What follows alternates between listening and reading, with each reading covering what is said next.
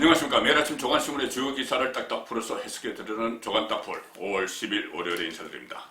오늘은 문재인 대통령이 취임한 지 4년이 되는 날이죠. 공교롭게도 오늘 여러가지 다양한 일정들이 있습니다. 일단 문재인 대통령이 특별연설, 특별자를 붙였는데 어떤 특별한 말이 나올지는 지켜봐야 되겠죠. 특별연설과 그리고 기자회견이 있습니다. 오전 11시부터 TV에서 생중계를 하죠. 20분 동안 연설을 하고 특별연설이라는데 어떤 말이 나올지 한번 지켜보겠습니다. 그리고 40분 동안 20명의 기자와 일문일답을 벌이는 그런 일정을 갖습니다. 그리고 오늘 특별연설에서 오늘 그 일문일답을 통해서든 지금 장관 후보자 3명, 야당이 부적격 판정을 내린 3명에 대한 임명을 강행할지 그 부분도 오늘 아마 이야기를 할 것 같습니다. 그리고 오늘 홍준표 무소속 의원이죠. 대권주자 홍준표 무소속 의원이 오늘 또 기자회견을 한다고 합니다. 아마 맞불 형식으로 문재인 정권을 비판을 하면서 문재인과 홍준표 이 대결 구도 이것을 한번 만들려는 시도 같습니다. 아마 여기서 또 최근에 불거진 국민의힘 복당 문제도 본인의 입장을 이야기를 하겠죠. 주호영 전 원내대표, 국민의힘 원내대표는 오늘 당대표 출마 선언을 또 합니다. 오늘 여러 가지 일정이 있습니다. 그리고 오늘은 또 이성윤 서울중앙지검장에 대한 수사심의위원회가 열립니다. 이성윤 김학의 불법 출국 금지 사건, 그 사건을 수사를 하던 안양지청에, 수원지검 안양지청에 이 외압을 행사해서 수사를 막았다. 그런 혐의를 받고 있죠. 그래서 오늘 수사심의위원회가 열립니다. 울산 시장 선거에 불법 개입한 혐의로 13명, 14명이 기소가 됐죠. 청와대가 조직적으로 개입한 그 사건이 지금까지는 친정부 성향의 판사 김미리 부장판사가 사건을 꼭 털어지고 재판도 안 하고 있었는데 김미리 부장판사가 이동이 되면서 오늘 1년 4개월 만에 첫 재판이 열립니다. 자, 그동안 뭉개고 있었던 첫 재판이 오늘 문재인 정부 임기 마지막에 열리게 돼서 앞으로 재판 진행 결과 이 청와대와 관련된 일들이 또 드러날지 한번 지켜봐야 되는 상황입니다. 일단 오늘 조간신문은 문재인 정부 4년을 일제히 평가를 했는데 전부 부정일색입니다. 부정평가 일색입니다.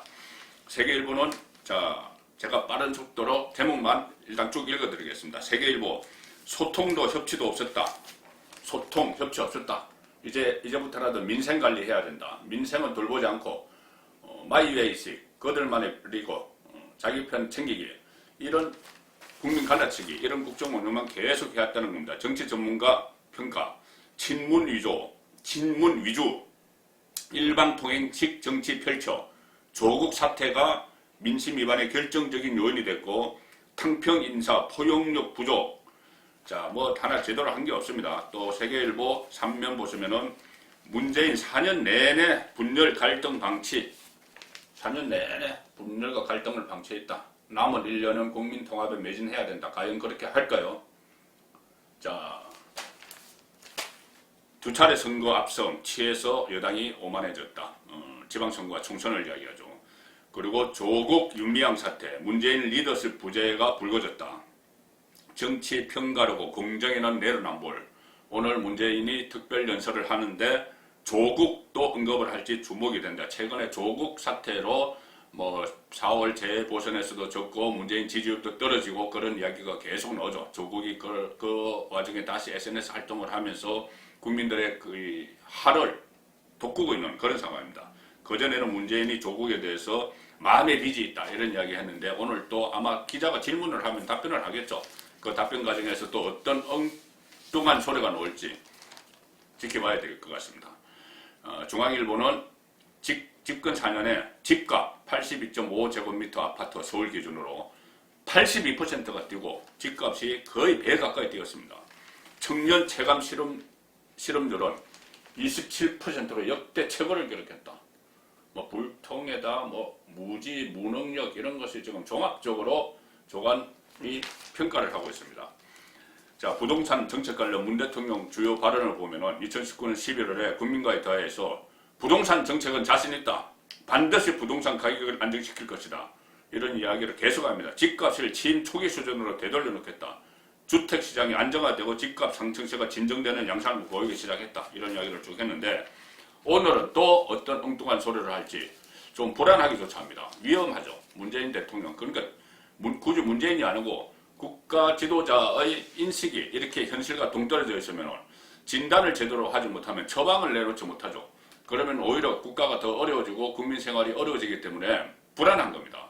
문재인 대통령을 또 어떤 엉뚱한 이야기를 할지 상당히 두렵기조차 한 그런 상황이죠. 최근에 뭐 코로나, 뭐 백신도 구하지 못하면서 이 뭐 코로나 K 방역 이야기를 계속하고 백신 수급에 문제 없다 이런 이야기를 하고 경제가 뭐 코로나의 긴 터널을 벗어나서 빛이 보인다. 또 남북 문제, 도보다리의 추억 이런 완전히 국민 정서 또 현실과 전문가들이 보는 시각과 맞지 않는 그런 이야기들을 해왔기 때문에 자 오늘도 그런 말이 나오지 않을까 두려운 거죠. 자 진보 성향 한겨레는 문재인 4년을 어떻게 평가를 했을까요? 다른 일반 조간신문들과 크게 다르지 않습니다. 자 한겨레 일면 사이드에서 선이 뭐 좋은 뜻은 보여줬지만 이까지는 한겨레다운 해석이죠. 정책 역량 부족하다. 그래서 남은 1년 코로나와 불평등 치유를 해야 된다. 어떻게 보면 좀 원론적인 이야기입니다. 그런데 이 사면 한겨레 사면을 보시면은 이런 기사가 있습니다. 일단은 문재인 대통령 직무평가 추이가 쭉 나와 있고 그 아래 대표 경제정책인 소주성, 소득주도 성장이죠. 소주성이 흔들린다.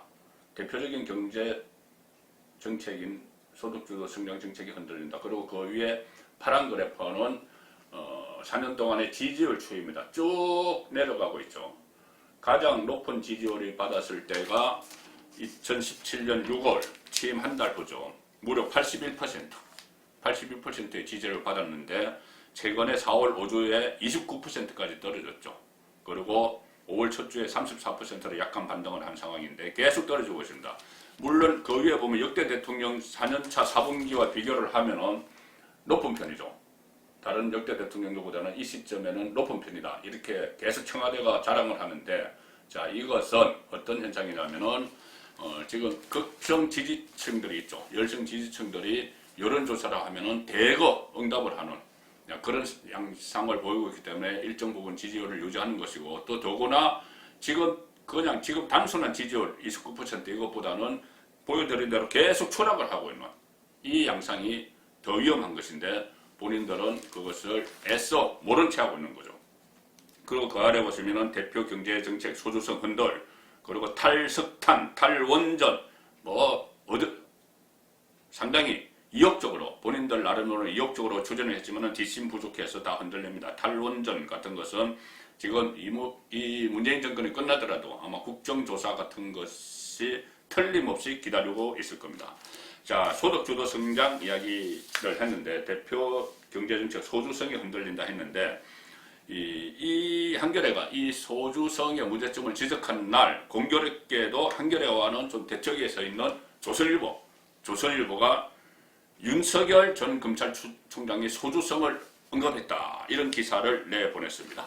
자, 윤석열 전 검찰총장이 최근에 자명을 하고 있죠. 자명을 하고 있는데 전문가들을 만날 때마다 기사가 한두 줄씩 나옵니다. 근데 오늘 조선일보가 단독으로 내보낸 기사는 한국자영업연구원장을 만나서 토론을 했다. 그리고 소주성 문제점에 대해서 이야기를 쭉 하면서 자, 한겨레가 지적한 대로 소주성이 경제정책 실패했는데 그 실패했으면 피해자가 있겠죠. 그 피해자는 자영업자다. 이렇게 이야기를 했습니다. 천만 자영업자가 피해자다. 자, 이 자영업 전문가를 만나서 최저임금 인상, 주 52시간 이런 것을 주로 하는 소득주도 성장 정책의 최대 피해자는 자영업자고 자영업자는 국가의 기본인 두꺼운 중산층을 만드는 핵심이다. 이렇게 말하면서 대책이 마련돼야 된다. 이렇게 강조했다고 합니다. 지난 토요일에 건순우 한국자영업연구원장을 만나서 4시간 정도 토론을 했다고 합니다. 그 건 원장은 삼성경제연구소 전무를 지닌 거시경제 전문가입니다. 그래서 최근에 자영업이 살아야 한국 경제가 산다 이런 책을 썼는데 건순우 원장이 조선일보 통화에서 윤석열 전 총장이 책을 읽고 연락해 와서 만나게 됐다. 그리고 이렇게 이야기하면서 두 사람이 이 자영업 문제에 대해서 이야기를 하다가 결론적으로 소주성의 최대 피해자가 자영업자다. 이런 이야기를 했다고 합니다. 결국 윤석열 전 총장이 노동 문제 전문가를 만났었죠. 그리고 자영업 전문가를 잇따라 만난 것은 중도층의 지지를 염두에 둔 것이라는 해석이 나온다. 자, 대선에 출마할 뜻은 확실한 것 같습니다. 다른 예를 들어서 가장 기본적인 경제를 공부한다든가 이런 것은 어떻게 보면은 총장 퇴임하고 나서 새로운 공부를 할 수가 있는 것이죠. 그런데 자영업 문제 이렇게 깊이 들어가고 노동 문제 들어가고 특히 얼마 전에는 외교 안보 문제 전문가를 만났죠. 이것은 통치의 영역입니다. 그 통치의 영역을 쭉 공부를 하는 것은 일종의 제왕학이라고 하죠. 제왕학 공부를 하는 것은 본인이 대선에 출마하겠다. 이런 의지가 확고한 것 같은데 최근 이 확고한 의지를 지금 겉으로 드러내는 어떤 액션, 행동이 없고 말이 없기 때문에 확실한 메시지가 없기 때문에 여러 가지 추측성 기사들만 난무하고 있습니다. 7월에 5월에 등장할 것이다, 6월에 등장할 7월, 9월에 등장할 것이다까지 나오고 국민의힘에 갈 것이다, 제3지대 갈 것이다, 무소속으로 있을 것이다, 가전 이야기가 나오면서 또 자명을 하고 있으니 이 여러 가지 보도들이 나오는데 최근 들어서는 어떤 믿거나 말거나 하는 그런 보도까지도 계속 나오고 있는 상황이죠. 워낙 이 언론과 소통이 없으니 그런 문제가 생기는 겁니다. 독자들은 궁금해하고 하니 뭐든지 기사를 내야 되니 어떤 취재가 된 기사가 물론 주로 나오지만은 취재가 되지 않은 그냥 어떤 전원에 의해서 기사를 내는 그런 기사도 나오고 있습니다. 제가 소개해드리는 이 기사가 제가 꼭 믿거나 말거나 기사라는 이야기는 아니고 최근에 그런 기사가 많이 나온다는 이야기입니다. 그리고 오늘은 이 윤석열 전 총장이 서울법대 중앙고 출신이죠. 그리고 검사 출신이죠. 그런데 서울법대 중앙고 검사 출신은 안 쓴다. 대통령 대권 기회에서도 안 쓰고 나중에 대통령 돼서도 안 쓴다. 그런 기사가 데일리안에서 단독으로 나왔습니다. 윤석열 서울대 법대 중앙고 검사 출신 안 쓴다. 벌써 용인술 주변에 여러 사람들이 지금 모여들고 있죠. 그런데 그 중에서 본인과 연관이 있는 이런 사람들은 중용하지 않겠다. 그런 이야기를 주변에 또 했다는 이야기입니다. 물밑에서 대선 실무 조직을 구성하고 있다. 그런데 나에게 복심은 없다. 내부 혼선 사전에 차단하고 있다. 그리고 엘리트, 벗고 야성을 강조할 것 같아. 고건 반기문 전철을 밟지 않는다. 자, 이런 이야기입니다. 데일리안이 윤석열 총장 지인들의 발언을 종합하면 윤석열은 대선 무대에 오르기 위해 필수적인 조직을 구상하는 단계에 들어섰다. 상당히 발전됐다는 의미입니다. 또 윤석열 총장의 주변 인사는 윤석열이 최근 공부에 매진하면서도 대선에 필요한 조직에 대해서도 구체적으로 고민하고 있다. 이렇게 전하고 있습니다. 특히 조직 구성과 관련해서 모교인 서울대 법대 중앙고 동문은 물론이고 자신이 27년간 몸담았던 검찰 출신 인사를 최대한 배제하고 인적 외연을 넓히는 방향을 잡은 것으로 전해졌다. 어떻게 보면 상당히 원론적인 이야기인데 정말 이런 구상까지 들어갔다면은 좀 앞뒤가 좀 맞지 않는 것이 있습니다. 뭐냐 하면은 주변에 사람을 쓰는 것은 지금 본인의 개인 인맥으로 이야기를 하는 것인데 그게 아니죠. 대선에 출마하려면은 어떤 조직의 힘을 받아야 됩니다. 그렇기 때문에 지금 국민의힘에 당장을 들어가야 된다.